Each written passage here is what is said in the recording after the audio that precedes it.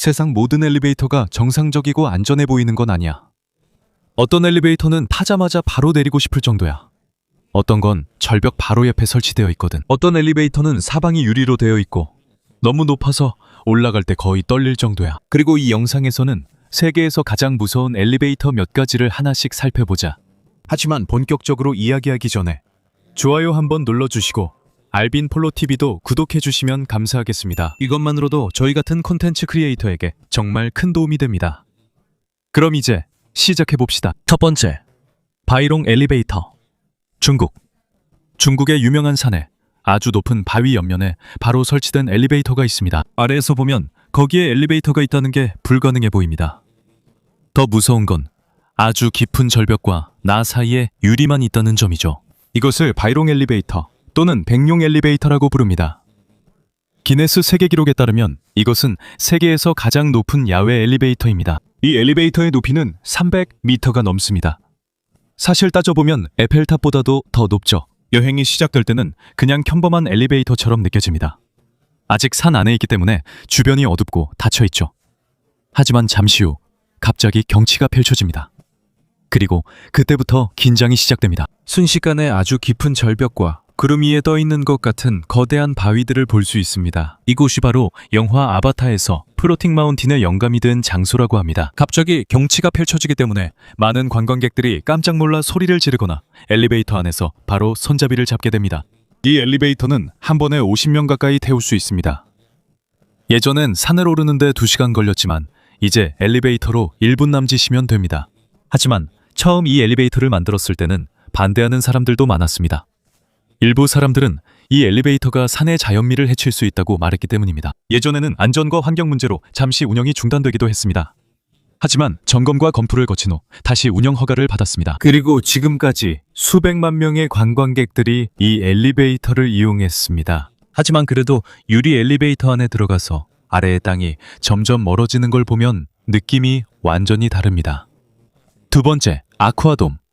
독일 베를린에는 한때 내부에 독특한 엘리베이터가 있는 호텔이 있었습니다. 호텔 로비 한가운데에는 열대어와 다양한 해양 생물로 가득 찬 아주 큰 수족관이 있었습니다. 그리고 더 독특한 점은 수족관 한가운데에 엘리베이터가 있다는 것이었습니다. 사람들이 올라갈 때 사방에서 물고기들이 그들을 둘러싸고 있었습니다. 엘리베이터 안에서 바닷속에 있는 듯한 기분이었어요. 로이터와 BBC의 보도에 따르면 그 수족관에는 100만 리터가 넘는 물이 들어있다고 합니다. 이곳은 한때 세계에서 가장 큰 원통형 수족관 중 하나이기도 했습니다. 하지만 2022년 12월에 놀라운 일이 일어났습니다. 새벽에 거대한 수족관이 갑자기 터졌습니다. 단 몇 초 만에 엄청난 양의 물이 밖으로 쏟아졌습니다. 호텔의 유리창이 깨지고 로비가 침수되었으며 물은 밖에 도로까지 흘러갔습니다. 호텔 투숙객들 중에는 지진이나 큰 폭발이 난 줄 알고 잠에서 깬 사람들도 있었습니다. 튀어나온 파편과 깨진 유리 때문에 2명이 다쳤습니다. 하지만 기적적으로 이 사건에서 사망자는 없었습니다. 그러나 수족관이 파손되면서 수천 마리의 물고기들은 살아남지 못했습니다. 조사관들에 따르면 오랜 시간 동안 사용되면서 수족관의 아크릴 재질이 약해졌을 가능성이 있다고 합니다. 지금까지도 그것은 복구되지 않았습니다. 그리고 예전에는 마치 수중 체험 같았던 엘리베이터는 이제 세계에서 가장 독특한 엘리베이터 사고 중 하나의 기억으로만 남아 있습니다. 넘버 3. 시닉 레일웨이, 호주. 이건 일반적인 엘리베이터가 아닙니다.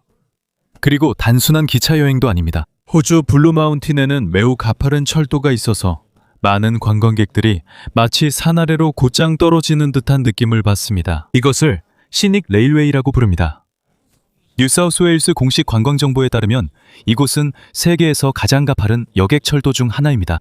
이 열차가 제이미슨 밸리로 내려갈 때, 특히 클리프행어 모드로 설정하면 사람들은 거의 수직으로 내려가는 것처럼 느낍니다. 그리고 그때부터 긴장이 시작됩니다. 그 설정에서는 객차가 더 앞으로 기울어집니다. 그래서 앞자리에 앉은 승객들은 바로 앞에 절벽이 보일 정도입니다. 이건 몇 초 동안만 느껴지지만 마치 밑바닥이 사라지는 것 같은 기분이 듭니다. 그래서 많은 사람들이 열차가 내려갈 때 바로 팔걸이를 꽉 잡게 됩니다. 다른 사람들은 여행 내내 눈을 감고 있고 더 무서운 건 객차 천장이 유리라는 점입니다. 내려가는 동안 머리 바로 위를 스칠 듯이 지나가는 높은 바위와 절벽 벽면이 훤히 보입니다. 하지만 이곳의 역사는 더 더 특별합니다. 1800년대에는 이곳이 관광객을 위해 만들어진 것이 아니었습니다. 그 당시 산 아래에서 일하던 석탄 광부들을 위해 만들어진 것이었습니다. 그들은 석탄을 캐러 가파른 트럭을 따라 내려갈 때 오픈카트만 사용했습니다. 지역 기록에 따르면 당시 철도도 매우 가팔랐다고 합니다. 그래서 때때로 카트들이 거의 통제 없이 미끄러져 내려가기도 했습니다. 이 때문에 일부 광부들은 이곳을 마운틴 데블이라고 불렀습니다. 나중에는 제2차 세계대전 이후에 이곳이 관광 명소로 바뀌었습니다. 그리고 여러 번 보수되어 더 안전하게 만들어졌습니다. 하지만 지금은 현대화되었음에도 불구하고 앞에 절벽만 보이고 캐리지가 점점 아래로 내려갈 때 느껴지는 두려움은 여전히 사라지지 않습니다. 그리고 놀랍게도 매년 10만 명의 관광객들이 가장 무서운 설정을 자발적으로 선택합니다. 4번 게이트웨이 아치트램. 미국 미주리주 세인트루이스에는 미국에서 매우 유명한 거대한 아치가 있습니다. 이것을 게이트웨이 아치라고 부릅니다. 국립공원관리청에 따르면 이것은 미국에서 가장 높은 기념물입니다. 하지만 가장 꼭대기에 있는 전망대에 가려면 세계에서 가장 좁고 독특한 엘리베이터 시스템 중 하나를 타야 합니다. 여기서는 일반 엘리베이터를 사용하지 않습니다. 대신 5명이 겨우 들어갈 수 있는 작은 캡슐을 타야 합니다. 안에 들어가면 마치 작은 세탁기나 잠수함 캡슐 안에 있는 것 같은 느낌이 듭니다. 천장이 낮고 주변이 비좁으며 안에 있는 승객들은 거의 서로 붙어 있을 정도입니다. 트램이 아치안을 올라갈 때 캡슐이 구조물의 곡선을 따라 회전하고 기울어집니다. 이 때문에 많은 첫 방문객들은 강철 구조물 안에서 기어, 체인, 그리고 모터 소리를 들으면서 긴장하게 됩니다. 폐소 공포증이나 좁은 공간을 두려워하는 사람들에게는 이것이 가장 불편한 엘리베이터 탑승 경험 중 하나라고 합니다. 그리고 더 긴장되는 것은 올라가면서 자신이 지상에서 수백 피트 높이에 있는 좁은 강철 구조물 안에 있다는 사실을 알고 있다는 점입니다. 게이트웨이 아치의 공식 정보에 따르면 1960년대에 처음 개장한 트램 시스템이 지금까지도 여전히 사용되고 있다고 합니다. 수십 년 동안 수백만 명이 이 트램을 탔지만 여전히 많은 사람들이 정상에서의 경치보다 올라가는 여정이 더 무섭다고 말합니다. 넘버 5. 팔커큐에 스코틀랜드. 만약 이 리스트에 있는 엘리베이터가 사람만을 위한 것이라고 생각했다면 스코틀랜드에는 실제로 배를 위한 엘리베이터가 있습니다. 이것을 팔커크 휠이라고 부릅니다. 이것은 스코틀랜드의 두 운하를 연결하는 거대한 회전식 보트리프트입니다. 일반적인 관문 시스템 대신 배 전체와 물을 함께 들어 올려서 회전시키는 방식입니다. 그리고 맞아요. 관광객들이 배 안에 타고 있는 동안 천천히 공중으로 들어 올려지면서 전체 구조물이 회전합니다.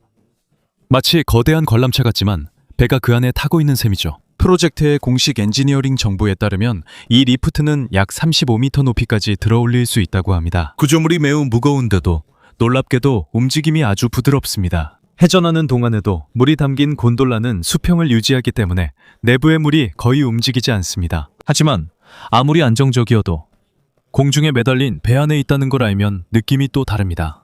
거대한 금속 구조물이 천천히 내 주위를 돌고 있을 때 말이죠. 2000년대 초에 이게 처음 열렸을 때 많은 엔지니어들이 독특한 디자인에 감탄했습니다. 그리고 지금까지도 이곳은 전 세계에서 가장 독특한 교통 시스템 중 하나로 남아 있습니다. 이게 목록에서 가장 무서운 것은 아니지만 분명히 가장 독특한 것 중 하나입니다. 6번 하미드 하메 슈반트 엘리베이터 스위스.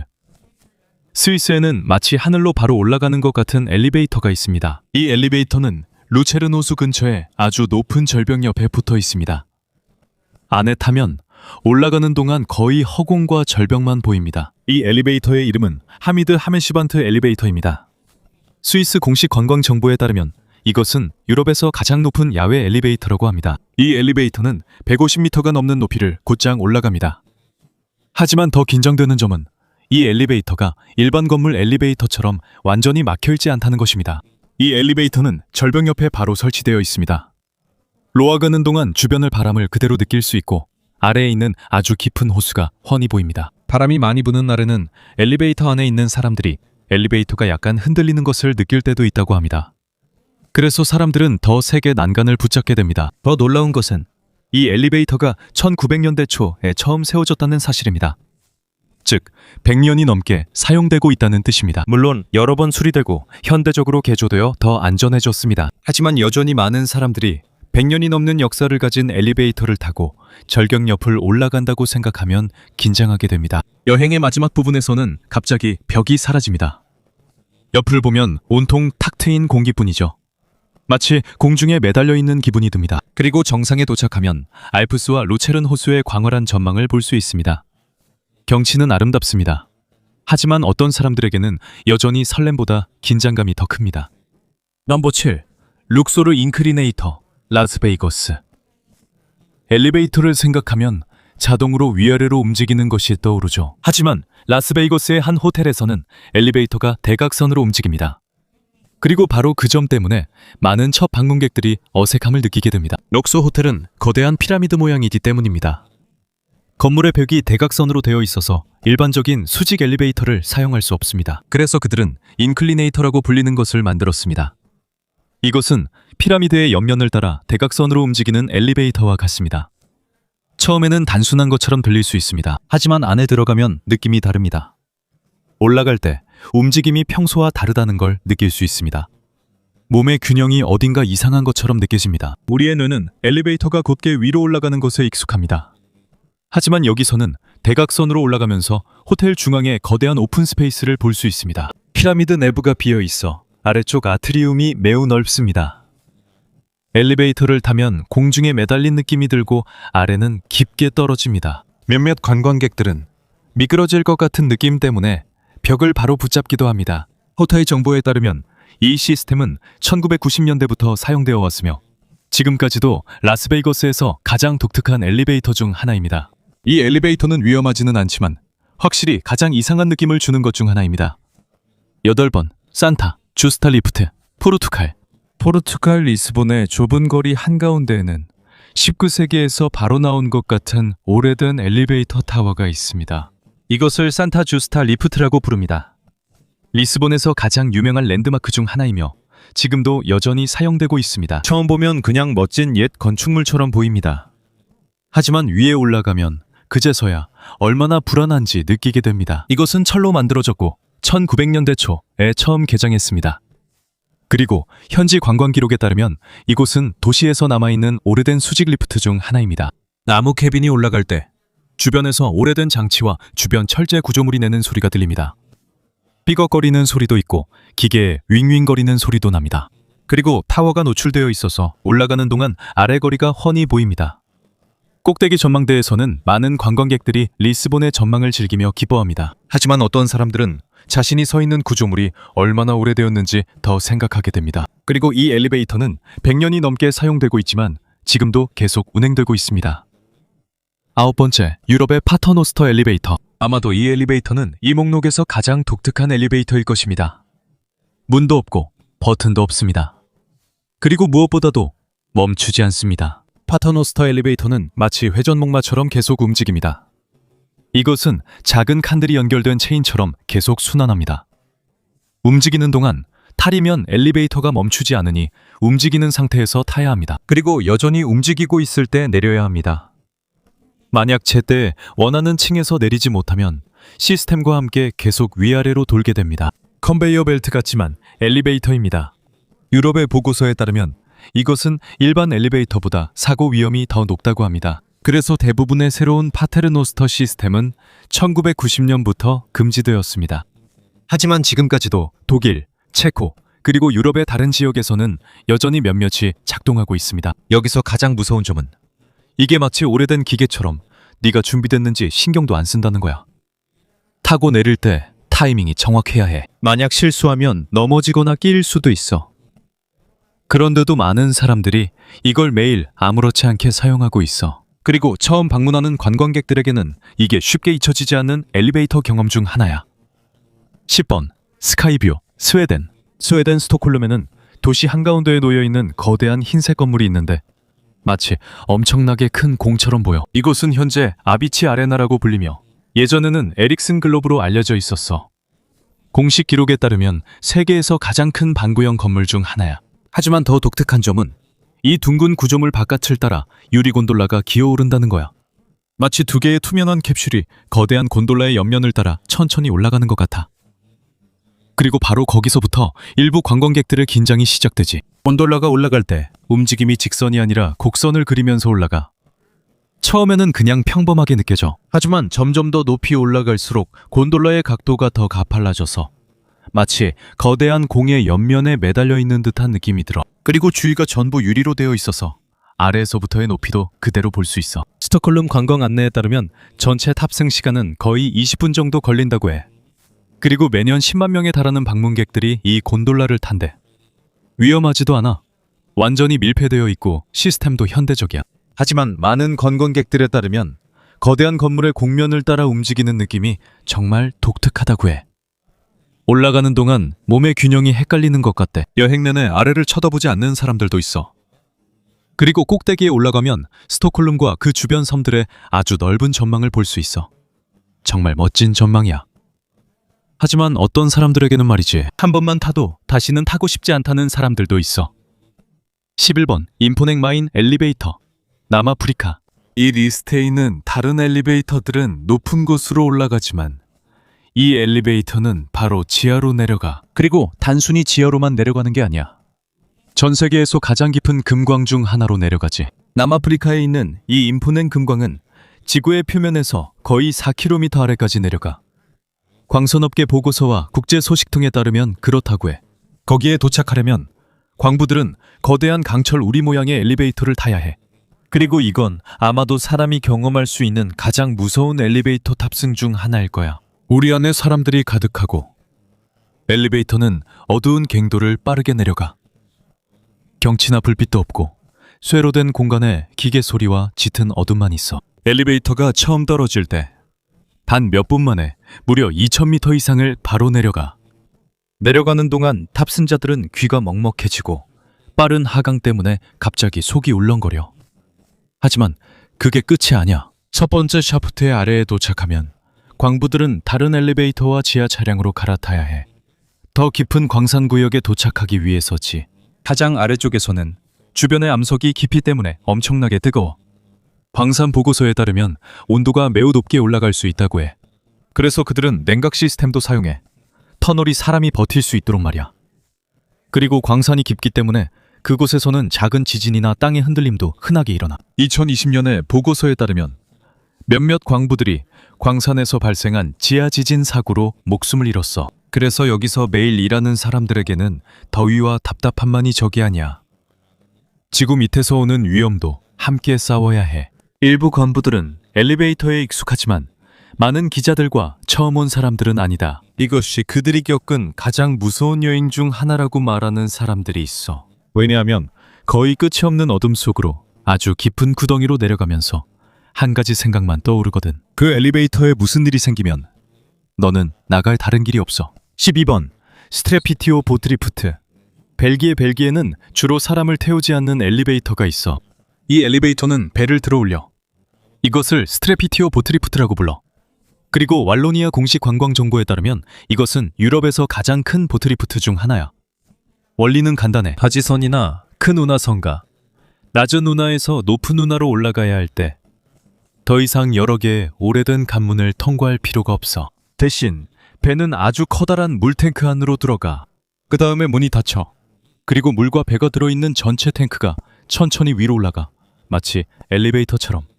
하지만 그 안에 타고 있는 건 한 척의 배야.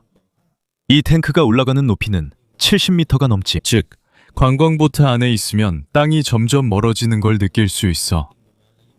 이건 빠르지도 않고 흔들리지도 않아. 그래도 생각해보면 네가 물 위에 떠 있는 배 안에 있는데 그 물 자체를 거대한 기계가 공중으로 들어올리고 있다는 사실이 좀 긴장되긴 해. 예전에는 여러 개의 오래된 관문을 거쳐야 했던 과정을 이 현대식 보트리프트가 훨씬 더 빠르게 만들어줬어.